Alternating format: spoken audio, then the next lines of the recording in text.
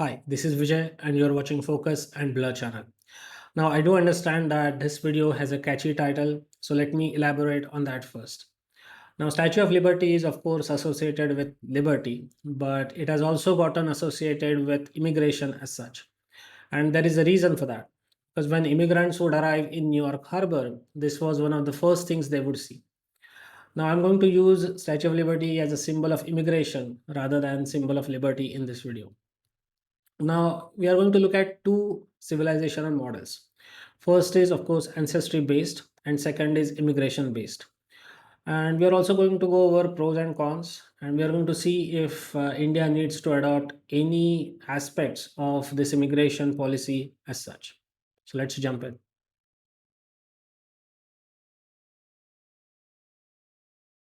Now, some of you may have heard name Vivek Ramaswamy. Vivek Ramaswamy is an Indian American politician, and I saw one of his videos where he was talking about founding fathers. Now, for those who do not know about founding fathers, these were a group of people who were responsible or played a major role in American Revolution or founding of the nation, such as George Washington, Thomas Jefferson, or Benjamin Franklin. Now, Vivek was talking about these founding fathers as if they were his own founding fathers. And I found that a bit odd that an Indian is calling Thomas Jefferson his founding father. And then kind of light bulb went on. And I said, oh, he's talking about Jefferson as his founding father because he comes from a different civilizational model, and that's immigration based. And I was thinking from ancestry based civilizational model. So my perspective was his founding fathers should be in India, right? For example, if he calls Sri Ram or Sri Krishna his founding fathers, then okay, then I can understand that. But he was calling Thomas Jefferson his founding father, and I found it a bit odd because I couldn't stomach the fact that an Indian is calling an American his founding father. But then I realized that our perspectives are a bit different. I come from ancestry based civilization model, and he comes from immigration based civilization model. So let's see what these two models are and what are the pros and cons, what are the differences. So let's see.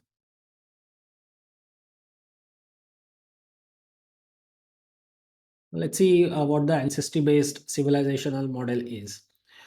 Let's say I want to become an Indian. Now, the easiest way is if my parents are Indians, then I can become an Indian. Now, this is ancestry based, right? So, what does that mean? That means I have common history, common land, common civilization with other Indians, right? So, my ancestors and my fellow Indians ancestors might have fought wars together. So, I do have certain attachment with another Indian. Now, we don't even know how far back our civilization goes, right? So, we have certain visceral attachment with this land, with this civilization, with Indians as such. Now, if somebody invades, then we can use this visceral attachment to fight him off.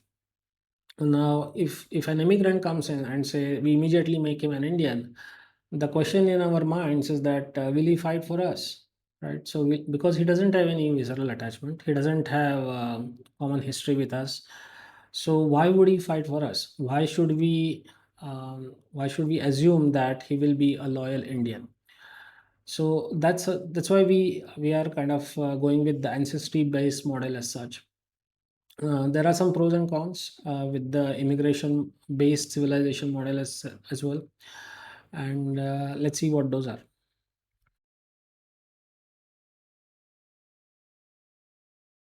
Now let's see America's immigration based civilizational model.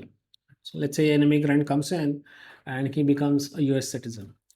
Now my question was, don't they ask or don't they have any loyalty test for this new citizen? Now, I asked this question to Indians who became Americans, right? So I asked them, do they ask you whether you will go back and fight against India if it comes to that? And they told me nobody asked us this question. So nobody questioned our loyalty. Nobody actually said, "Oh, what happens if you have to fight against Indians tomorrow?" Nobody asked us that, and I was wondering why. right? Because if I if I was the immigration official, this would be the first question I would ask to test the loyalty. But then I realized that they are not counting on the loyalty of the immigrant who has just become US citizen, but they are counting on the loyalty of the first generation, second generation, or third generation American. So let's take the similar example, right? For example, Germans immigrated to America in 19th century in large numbers.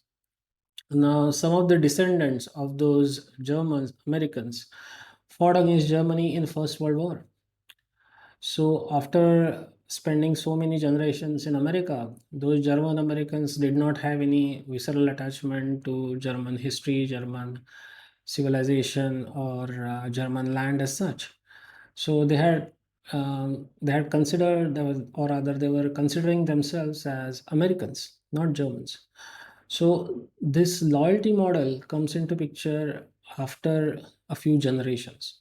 So I think America is okay with this. America is okay with waiting, and we are going to see why America might be using this model in the next chapter.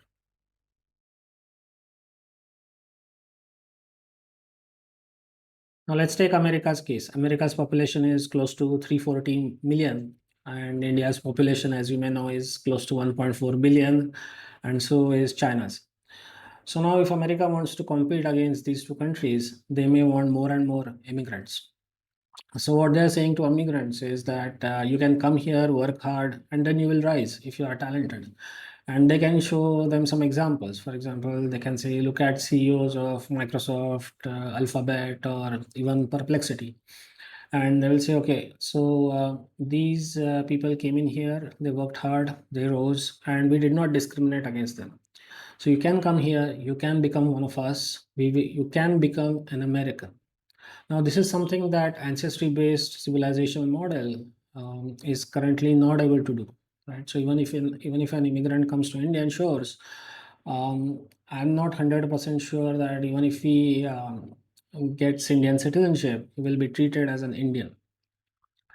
So this is something that we have to understand and see if we have to tweak our model a bit. And now look at the other pros and cons as well. So this model of melting pot, um, or in some cases, some people believe that this model should not be actually melting pot, but rather it should be a salad bowl. So let me just briefly explain the differences. So melting pot is where whoever comes in, he essentially relinquishes his identity and becomes an American. Whereas salad bowl is where he maintains his identity, but he is also acquiescing to the superset of Americanism as such. Now, I do believe that if there is too much of salad bowl, then it may lead to balkanism. Now, let's see why America is able to do this. Right. First of all, they have a higher standard of living, higher productivity. Their economy is the biggest in the world. So they are able to attract talent from all over the world who come over there and they start their own companies. So it becomes a positive feedback loop. So the economy keeps on growing as well. Plus, they have huge land mass and they can accommodate, I would say, at least close to 2 billion people. So it's not as if they're running out of land or resources.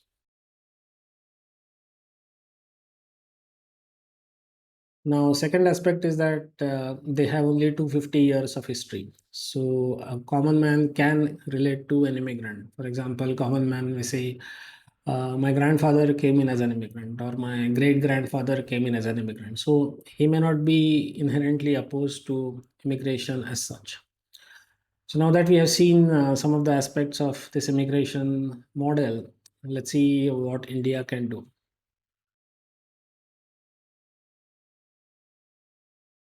Now, some of you may say, what are you talking about? Right? We have enough people here already. We are 1.4 billion strong. Some may say we are running out of land. Some may say we are running out of resources. Why are you suggesting we need more migration? And then I would like to suggest is I'm not suggesting that we should have mass immigration as such, but I'm saying that we should provide an environment for the best and brightest out there to come here and improve our technological scene as well. and we can give them few promises, right? For example, we can say we will treat you better, we will have better visa rules for you, we will not treat you like an H1B visa holder, we will not discriminate against you, you can settle here, and we can wait like Americans, right? We shouldn't ask that person to immediately start fighting our wars once he sets a foot in India, right? So we can wait. Eventually, once he settles down, then maybe his next generation becomes an Indian, we start having common history, then that way we can adopt some of the aspects of America's immigration model. So overall, what I'm saying is that even though we have 1.4 billion people, I think we need to have an environment where we are still open to immigration, where we allow the best and brightest out there to come here and grow, and grow India as well. So we have to be a bit open about this, because at the end of because at the end of the day, this is world competition, right? So if there is a talent sitting in, let's say, Africa or Europe, and he's thinking whether he should go to America or India, then if we say to him, we will provide you better conditions, you will be able to grow here, you will not be discriminated against, he may as well come here, right? So that will help us as well. So in order to retain our technological age, the best and brightest people out there can help us. um, we just have to be a bit lenient about applying loyalty test as soon as they set foot in India. So if you like this video, then do share and subscribe. If you have any comments about this, do chime in. You're watching Focus and Blur channel. Thank you.